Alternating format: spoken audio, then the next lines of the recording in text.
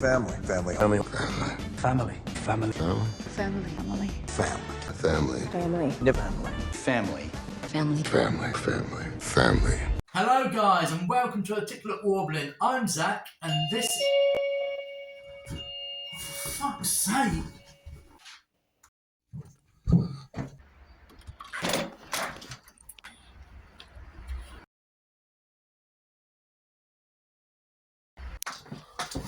Family. Family.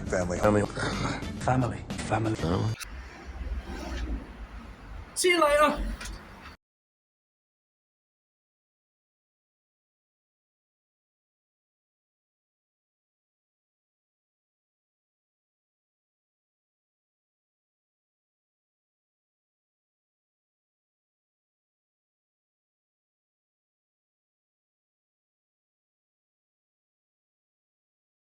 In from Rio de Janeiro. fucking hell. Did you launch yourself from a aircraft carrier?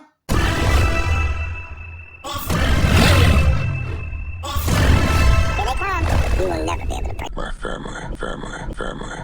family. No, I drove. You drove from Rio de Janeiro. From Rio, yeah. Rio. Fuck. Well, Laura's back.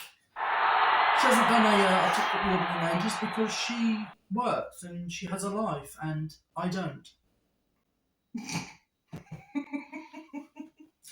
Preach. So, we finally managed to go to the cinema together because cinemas are shit.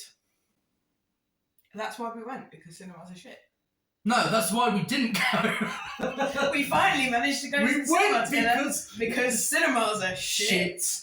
No, we went because there was a movie worth going to see, kind of, at that point in time. Yeah. So what did we see? I can't remember. Fuck off, can you not remember? Mission Impossible?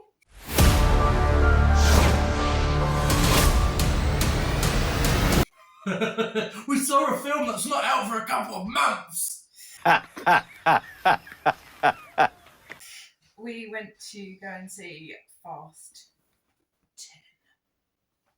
10. Before we go into the review, what's going on with the titles? There's no continuity of their titles. It's like Too Fast, Too Furious, and then the fourth film's Fast and Furious, whereas the first one's The Fast and the Furious, and then they're doing this whole Fast 7. Then it's like, no, the Fate of the Furious, but it's actually Fast 8. Just stick with Fast 1, Fast 2, Fast 3, Fast... You know what I mean? We know what they are. No? No! What do you prefer? I prefer the weird namings. What, like Fast and Furious 5, Rio Heist? No. What a shit intertitle! Yeah, no intertitles, but the for me the Fate of the Furious. differentiation. Yeah, between sort of the different ways of using fast, the words fast and furious, I think is clever. Except for when they do the intertitles.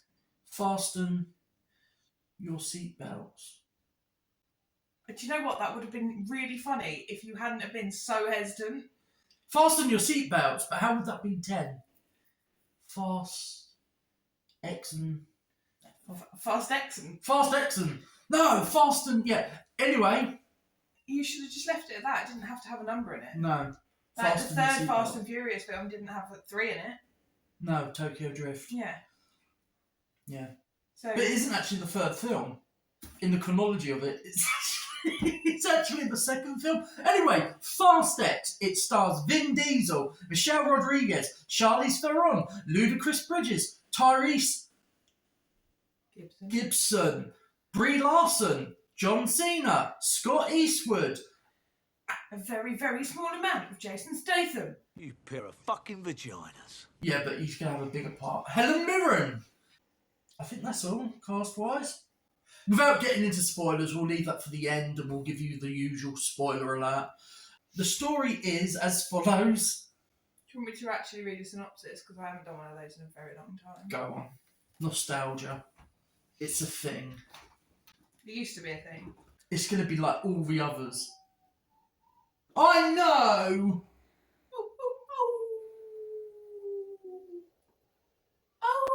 The neighbour's dog is getting choked out by its owner. It's some kinky sex thing she's got going on. Are you ready? I'm ready. Over many missions and against impossible odds, Dom Toretto and his family have outsmarted and outdriven every foe in their path. Now, they must confront the most lethal opponent they've ever faced. Fueled by revenge, a terrifying threat emerges from the shadows of the past to shatter Dom's world and destroy everything and everyone he loves. You can't deny that. That's a pretty good synopsis. It's the same for every one of the films, though. Well, I think I made it cool. Yeah, it sounded good. I'm pretty sure you forgot to say that in the cast list was Jason Momoa. Fuck! You're like, Vin Diesel, Michelle Rodriguez, Blah, blah, blah, blah, blah, blah. And I forget one of the biggest, most important Charlize characters. Theron, but you're quite happy to be like, who? Jason Momoa who? Jason Momoa who? Well, Jason Momoa Dante.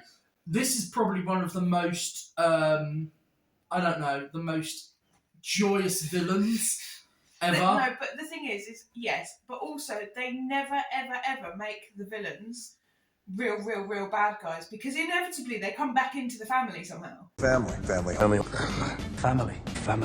Yeah, somehow. I don't think this guy is going to, though, with what he does in this film, without going into spoilers. So, Fast 9. We don't talk about Fast 9. No, we don't. Terrible. Do you know what, to the point that watching 10, I'm going, I don't remember what happened in 9, which It 10... doesn't matter.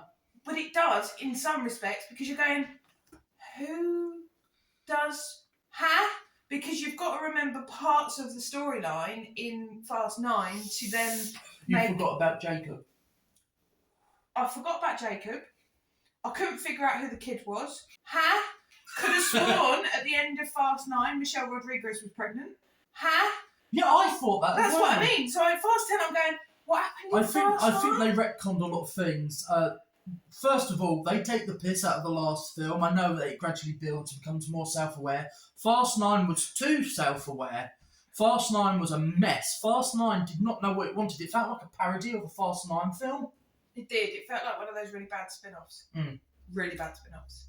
Which they have had one, but that was a good one. Yeah. But it frustrates me that, because in this film, Dom touches Letty's stomach and says something like, when is it going to happen? And I am almost 100% sure she was pregnant. Maybe we need to refer to a clip after this segment to see if it actually is referred to. Maybe. So anyway, that seems not to be a plot hole, so I can't really say that I'm not happy about that. I feel that the last movie has been retconned. They're kind of like, yeah, because they take the piss out of it. But It's they like you still got. You can't pick and choose bits that you're going to continue and bits that you're not. Well, it's fast. Don't look into it like that, because you're going to end up hating this film. I don't hate the film. It's just that there's this small little pockets of plot holes that need to be sewn up. So, this movie is interweaved with Fast 5 Rio Heist, and it's glorious. It Paul Walker. Getting to see Paul Walker on screen, even though it's not Current day Paul Walker. current day Paul Walker, which doesn't exist. Hey, thought you could leave without saying goodbye. But so awful. It was just nice to see Paul Walker, instead of just like, look at this photo. This is Brian, OG, family. Yeah, no, they did interweave with Fast 5, which was both very reminiscent of how shit cinema was back then, because some of the quality was like, oh, we've gone back a number of years here, and it was quite entertaining to see then like Jason Momoa like being put into like bad cinematography and then like coming back into the complete qualities of the like how that movie looked, like almost texturally. pixelated, and then they tried to like superimpose a younger looking Jason Momoa into bad picture quality. and he looked a bit odd. And it was, I think there was there was only twice where I'm like, yeah. I think it's because the quality. I think they shot that one on film, whereas this one's digital. Yeah. So it's hard to. Yeah. I think what they should have done is they should have maybe colour graded the new footage to fit in with the gritty grain photography of the fifth one. But other than that, it sets the table. I like it when we go back to storylines that seem to have a bigger connotation. Obviously, they got themselves in a whole cluster. Well, the problem with these movies is they're isolated. They're very like we have to tie everything up at the end, whereas this one ends on a cliffhanger. And what the fuck cliffhanger? What the fuck? Yeah, and a broader story and a broader canvas. And what I like is they're taking characters from before, which is a thing they do. They bring back characters of dead, but we lack something there. With I like that everything is interconnected. It's a straight line. There's a through line from the first film to the current film, whereas 9 kind of was we're going for something crazy. All of a sudden, Dom has a brother that we've never fucking heard of. Don't turn your back on family. And it's kind of sometimes hard to chew. Look, you don't watch this movie and think, oh, I can't suspend disbelief.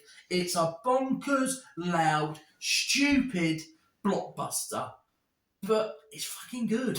It's entertaining. The thing is, though, it's not entirely impossible. That's where F9 went wrong. With the whole spaceship shit. Yeah, because that's bollocks.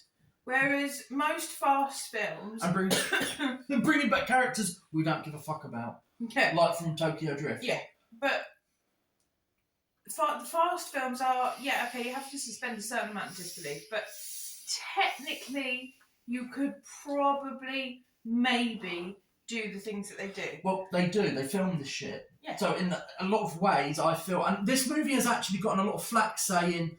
Oh, it's just overt CGI. No, not to the levels that Fast 9 was. This actually has more practical effects and real in-camera effects than Fast 9. Louis Leterrier, who is a French action director, he's also known for Clash of the Titans. He recently directed the sequel to the Jim Henson puppet movie, Dark Crystal. He basically, he's an action director who's dipped in and out of things, but he's one of those directors that people respect. He makes money at the box office. He's a dab hand, and Justin Lin, the director of Fast 9, and a lot of really good Fast films. He came into loggerheads with Vin Diesel, but it was a case of, I'm going to fire you because I think they got a sense that this is going the way of Fast 9, or you can decide to state creative differences and still get your paycheck. And I think this is why the movie cost so much, 340 million, because there was at least about 2-3 weeks worth of hold, and you don't stop a production this big for that long. We saw that with COVID films. But what Louis Leterrier has done is he's come in and he said, we need to start this from the off. For a director to come in and only have 3 weeks of prep, take what's already been set up and make it his own film, well fucking done. And also saving, on my heart, the Fast franchise. Yeah. He saved it. He understands the energy. Yeah. He understands the character. Yeah. He understands that there is a standard of Fast films. The music, the wobbly butts.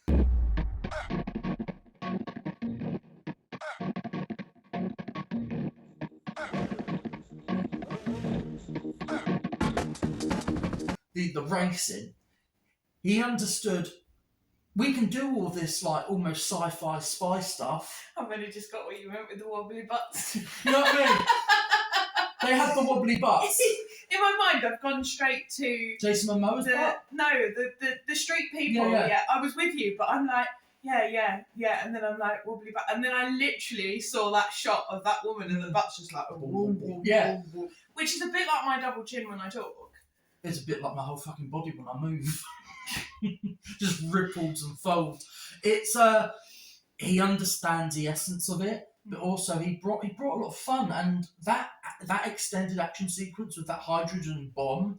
Not only did it, they had to say later, hey, it was my own version of the bank heist to like clue the audience in. But as a fan of Fast, you're like, it's a parallel, it's cyclical, this is all deliberate. He's doing this, recreating his own moment of. That action sequence had me like, I actually felt like someone's going to die here. Even though you know they're not going to, you actually felt, oh shit, and like Michelle Rodriguez on her bike, the vulnerability of her. Mate, the whole time I'm like this. Yeah. And you didn't have that in Fast 9. No, I've not felt that, truly, I don't think, since Fast 7. No, me too. Me too. Because 8 was good, Yeah. but it wasn't like edge of your seat. No. And I was like gripping on, and you were like trying to put your hand on my leg, and I'm like, fuck off! Like, get off! And it was, I have not felt that since 6 more than 7, but 7. Yeah. That's the last time I felt that. That energy that you get throughout number 6, you know, on the when Gal Gadot's character dies.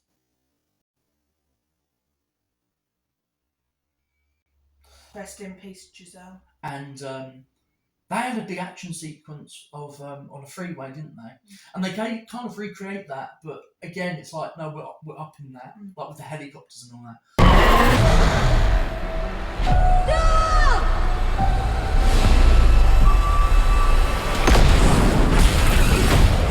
The movie is even though there's loads of characters, you do get a bit befuddled. It's not convoluted. People laugh at me and say it's not convoluted. It is convoluted. I don't think it is. I think it's very simple. The simpler it is, the more entertaining it is. Though it has in and out and all. It felt like they overcomplicated it with the last movie. But that's what I mean. There was so much that went on in the last movie that I can't remember it. Yeah. Whereas all of the other movies, it's really simple what they did. Yeah. Like each one, the crux of the film, the plot is very, very simple. Yeah. And the thing is with 9 is they made lots of different plots in different places and try not too much. Yeah. And the thing is this is the one thing where you and I have disagreed previously about films. Is for me, prior to meeting you, films were very much around getting lost in the cinema, getting lost in the screen, getting lost in a story. My brain, and I'm not saying that, you know, everybody's brain is not like this, but my brain takes in a lot of information. I have to remember things for work. I have to remind you to do half of the things in your life, otherwise I haven't got a chance. I've got to remember to go to the post office. I've got to remember to go and pick up the printer from Curry's. I've got to remember that I have forgot milk. And I have to remember all of these things in life. A lot of us do. And then you've got these films that particularly... Marvel, we're looking at you.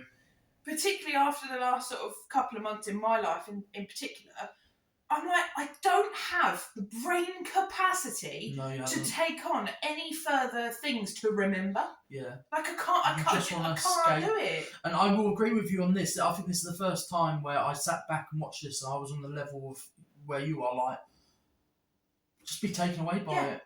Switch off, enjoy it. And the thing is, the first 10 or so minutes where we were sort of back and in Fast 5, and I'm looking at the minutiae, which in some ways is great about you and I and what you've introduced into my life, but in other ways I'm like, fuck you. Yeah. Because I've gone from just like, oh, it's so cool, to like, that looks a bit shit. Sorry. That looks a bit, that was a bit bad. And so the first 10 minutes, I'm like, oh no, it's gonna be bad. Like, I'm not gonna enjoy it because all I'm thinking about is this sort of like bad quality of picture with Jason Momoa like superimposed, like bad. Getting rid of this new double chin he's got. I like he's got a dad bod now. Yeah, remember when he was really muscled, but now he's like. But I just that was the first 10 minutes for me. I was like, oh no, please. And then I was like, right, just stop. And eventually I went through all the things in my mind that I was going to say to this woman behind me, which was, if you're not going to shut up, please leave, because this is my favourite franchise and I will punch you in the face. And I think she heard that through my brain, because she did stop. And every time she spoke then, she was speaking quietly through the really loud sequences. So actually, you could almost pass it as background noise. So I was like, okay, cool. And then I was just like, right, sit in your chair, get comfortable, get comfortable, and then be like, just let it take you. Did you fasten your seatbelt? See, that's what you should have done in the first place. It would have been far funnier. And I did. That's when I was like, okay. And I imagined, because my car is my special place. Yeah. Like sitting and watching your Blu-rays is your special place. My car is my safe place, my go-to when I am feeling stressed or upset or anything else. It's my car. So I did. I sat as if I was like in my car, with my hands on the steering wheel, getting ready to put my feet on the clutch and the accelerator, and I was like, okay, all right. And then what I found since I've been driving with fast films is I'm like driving with them. I'm like, yeah! I really need to get you one of those children toy steering wheels to take with us in the cinema, so it will be a proper 100%. baby 4DX experience. Beep, beep. Yeah, in the quiet bits, boom, boom, every time he says family. Family. Beep. For family. But yeah, but it's obvious it means a lot to you, and it's a transcendental thing almost with you, and that's why I made a reference last night. What was it? I said your Fast and Furious is my Star Wars. Yeah, for sure. Yeah, for sure. Like everything to do with. I will never. I'm forgetting that Fast 9 exists. There was just like a little blip in time. You're not interested in the animated Fast and Furious series made for kids? No. It's meant to be really good. No. But it is really important. And the thing is I was late to it, so I always felt a bit like Harry Potter. I felt like I can't be a fan because I was Everyone late else to got it. there before me. Yeah, and it's like I didn't see the first one when it came out at the cinema. I was too young. I didn't. The first Fast film I went to see at the cinema was Fast 7. Mm. So, and when I got into it, I was watching them on a laptop. Illegally? But I grew up in a very poor household. There was no way I could just buy 6 films. No, exactly. I started by watching Fast 6 on TV when it was on ITV. They used to play it all the constantly. time. And then I started watching the others, and I got into them, and I watched them, and I rewatched them, and then I owned them on DVD, and then my ex stole them off me, which was another thing of steal all the really things that I absolutely love. And then we got together, and I got you the box set. Yeah, you got me the box set on Blu-ray, and I felt like I could be like a fan again, but I've always felt like I can't be a fan because I didn't start at the beginning. Yeah. A bit like Harry Potter, like I haven't read the book, sorry. No, this is the thing that annoys me about the whole Star Wars fandom. You weren't there when it first came out. Who fucking cares? As long as you're introduced to Star Wars and it delivers something special to you. Like it's like me saying to someone who likes the prequel films, the 1999, 2002, 2005 ones.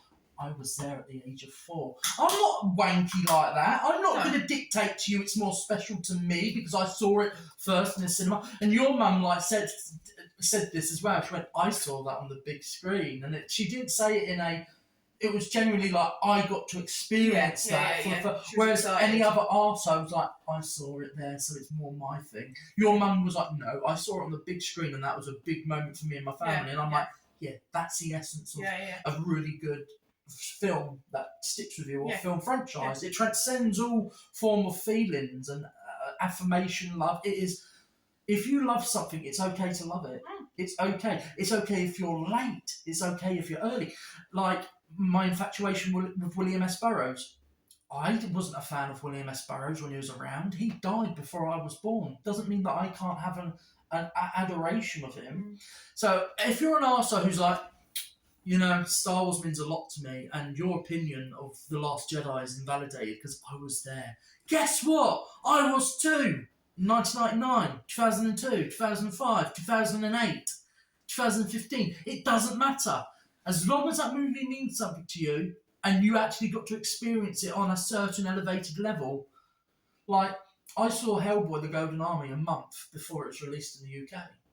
I've never once gone out and gone, I saw that before you, so I have an ownership over it. If you're a fan of something, you feel your own personal, not ownership. I don't like that. I don't like people who think they own something. No, but it's not about owning the film for me or owning the franchise. It's about owning my feelings of the franchise. Your relationship with my relationship with it.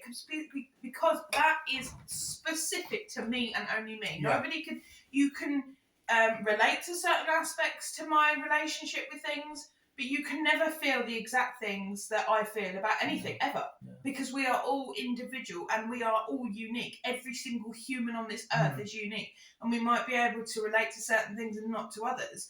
But the relationship you have with someone, something, a franchise, a movie, whatever, is completely unique between to each person. Yeah, and between you and that thing. Yeah. Like I think I pissed you off because straight after the film I was so exalted by it. Like in my head I'm like, they've made amends. That was fucking brilliant. Yeah. You had I don't know how you knew, but somehow you knew that there was going to be an extra clip because you weren't budging. Do you know that was so weird because I didn't know anything at all. But I was just sat there like, I'm gonna just enjoy the credits because I was still a bit like, whoa. And I like turned around and I'm like, it was good, right? And Laura's like, not yet.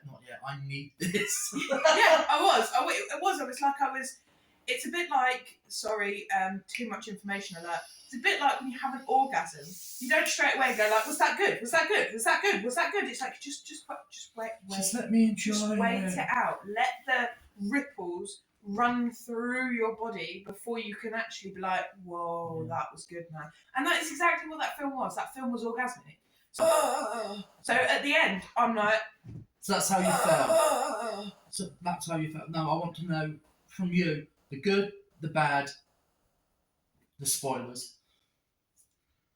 The good, the bad, the spoilers. Do we want to spoil it for the 5 people that watch our videos? No, I mean, this is why you leave it to the end. I forewarned them. So if you're interested in spoilers, stay with us now. If not, go. And don't forget to like, share, and subscribe. Rude. No. You're not going to share it with me? No, you can do that at the end. It's more of a joke. Okay. Because it's halfway through the video. Okay. So, the good. Look, it's mind-blowing action that does not stop pretty much the whole way through. No. I love the fact that they interweaved Fast Five with this film. I love the fact that it was the best homage you can ever make to Paul Walker without trying to bring him back in some way that's a bit weird and not quite right and doesn't sit right with me personally. I wouldn't want to see... You don't want him to come back in CGI form. No, I don't. Because, look, I'm absolutely devastated that he's gone. And I think that Fast films have changed, not for the better, in a lot of ways since Paul died. I think they just managed to pull off 7 with, having only filmed half of it before he passed. I think it's absolutely devastating that he's gone. And I'm genuinely really sad we lost an OG. We lost... a hero and a massive person as far as I'm concerned. Like, that really hit me deep when he died. I think bringing him back would just be an insult to his character, to him as an actor, him as a person. I just don't think it would be fair. And I know that they've had a lot of help from his brother and brothers, I think. Brothers, yeah. And his daughter. His daughter was in this one. Was she? Yeah, she cameoed. I couldn't spot her. But I think she went to the premiere with Vin Diesel and it was really, really lovely. And I love that. And I love the fact that she's still part of the family. Well, he gave her away, didn't he? Yeah. And I think, it's lovely that she's part of the actor family. Family. Or the film family. Family. And I think that's beautiful. But I just think bringing Paul Walker back would just be... in CGI form or anything else would just be an insult. I think it would rub people up the wrong way, and it would rub me up the wrong way. Uncanny valley type thing. We still haven't got to that point with CGI where you can bring someone back from the dead and it sits well with you. I mean, it only sat well because it was a necessity. Yeah. With 7, yeah. It had to be done. Otherwise, they didn't have a movie. Yeah, they would be stuck.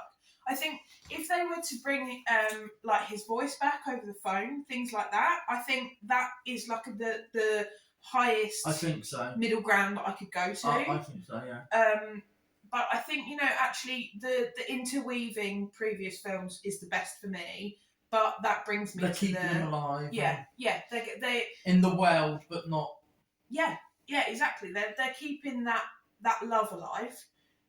Which I think is important both on an emotional level for the actor, but also for the story of Fast and Furious films. And I think that's the best way you can get it. He's been gone 10 years. I know, it's terrifying.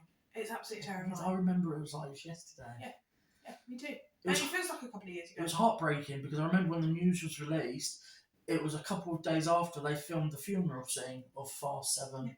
It was like, So I love the fact that they are interweaving into previous films because it's, you know, we're remembering what we haven't forgotten, and I think it's a really important thing to like add. I think it's clever adding people in, even though they weren't in that film, they were still in the story in the background. And I do think that's very clever about most of the Fast films, is that these people exist and you're like, what the fuck?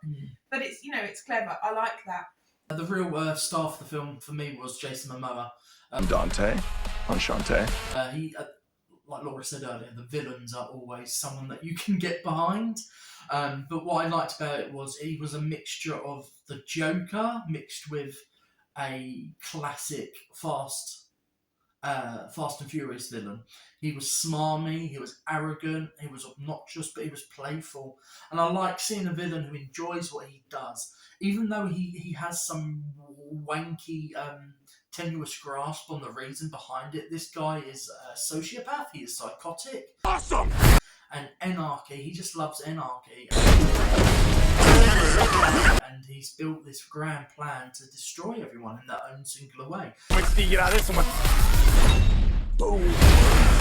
And what I liked about this character in particular was he was 10 steps ahead. It was almost the anarchy, the orchestration, the premeditated orchestration. He plays Dominic Toretto beat by beat. Like, you think, oh, Dominic's gotten out of this situation, and at the end, Dante. And you don't know if this is all pre-planned. He's kind of studied Dominic to the degree it's like, Dominic will do this, he'll be a hero there, this is how he's going to execute it. Maybe not the finer details, but he knows that Dominic will always do the right thing.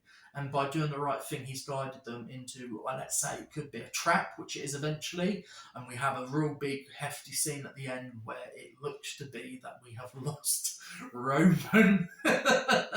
And, what's her name? The computer whiz girl. She's the tech girl, isn't she? Yeah, she created the God's Eye. Ramsey. I really like Dante, and I think if they somehow switch this around to him being a good guy, I'm going to be pissed off.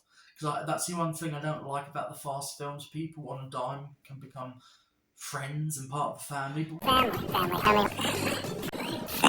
What I did appreciate was Charlize Theron's Cypher is like an enemy of my enemy, of course, is not my friend, but we can side with each other, and it's like it's interesting. I find it's interesting because Cypher's never going to be forgiven. She's never going to be redeemed at all. Whereas the likes of Deckard Shaw, he is redeemed because they didn't kill Han. And their moment together was fucking brilliant as well. He's like, there's only one reason a guy comes back from the dead is to kill the guy who killed him.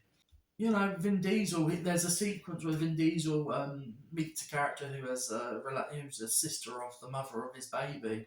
And it shows that Vin Diesel, apart from being a sturdy action star, he is talented. He can bring the emotion. And that scene just really got to me.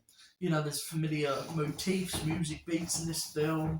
It harkens back. You know, it's almost Paul Walker's thing. I just think it's well done. It's well done. It knows what it is. It plays those chords perfectly. It's not wanky. It's done with fucking heart in mouth and drooling, beautiful love heart blood emoji love heart. Spoiler. Spoiler time. A character that I thought was going to remain dead, mainly because the actress is huge at the moment, but considering that she's been fired as Wonder Woman, Gal Gadot is back. Giselle never died. And it actually makes sense. I can understand, I can imagine Cypher swooping in. It's like, she's a tech whiz, I need this woman. The only problem I had was that it was predictable. Did you see it coming? Yeah. I knew. Sadly, I had a sense that they were going to bring her back because she was the only one of the other characters that could come back. The thing is, they brought Han back, who was supposedly dead.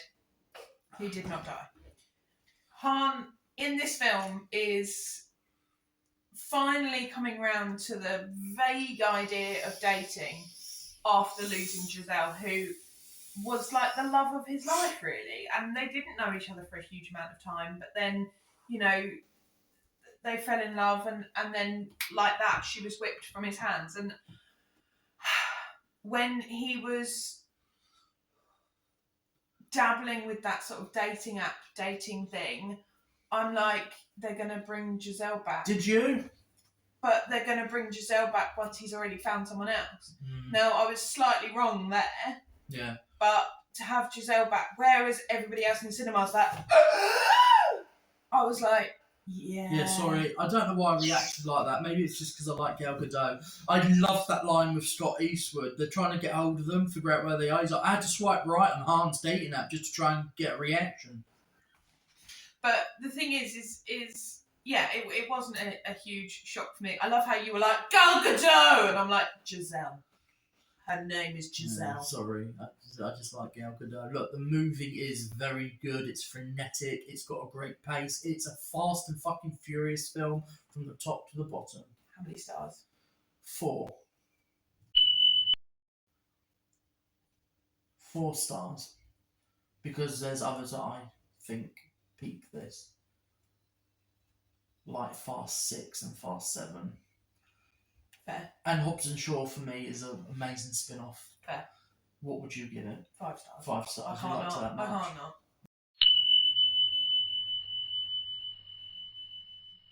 Yeah. Did it deliver? Did it redeem itself? Yeah. 100%. And are you excited for the next one? Well, they've left it on a fucking cliffhanger. For a change, finally!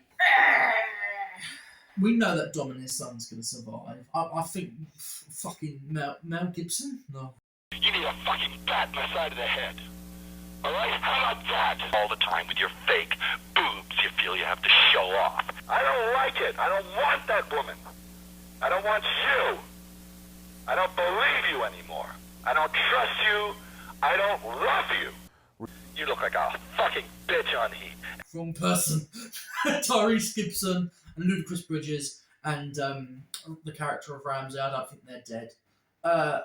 Brie Larson was wasted. Yeah. Completely wasted. Cheers. It's funny, she hasn't done much. She won the Oscar, she had a flurry of work, and then she was just not Wonder Woman, fuck, what's wrong with me? She was Captain Marvel. And since then, she's just kind of ruined her career, because she's become very politically active, and when it's politically active, half the time, she doesn't know what she's talking about. No one wants to cast her in anything. And I think she attached herself to this cart because it's like easy money, small part. I think she's going to have a bigger role because she's the daughter of Kurt Russell's character, Mr. Nobody, who has disappeared, died. It's very unclear. I don't think anyone really dies in this franchise except from John Cena, Jacob, which really upset me because I really like John Cena in this. His engagement with Little B is one of the high points for the film.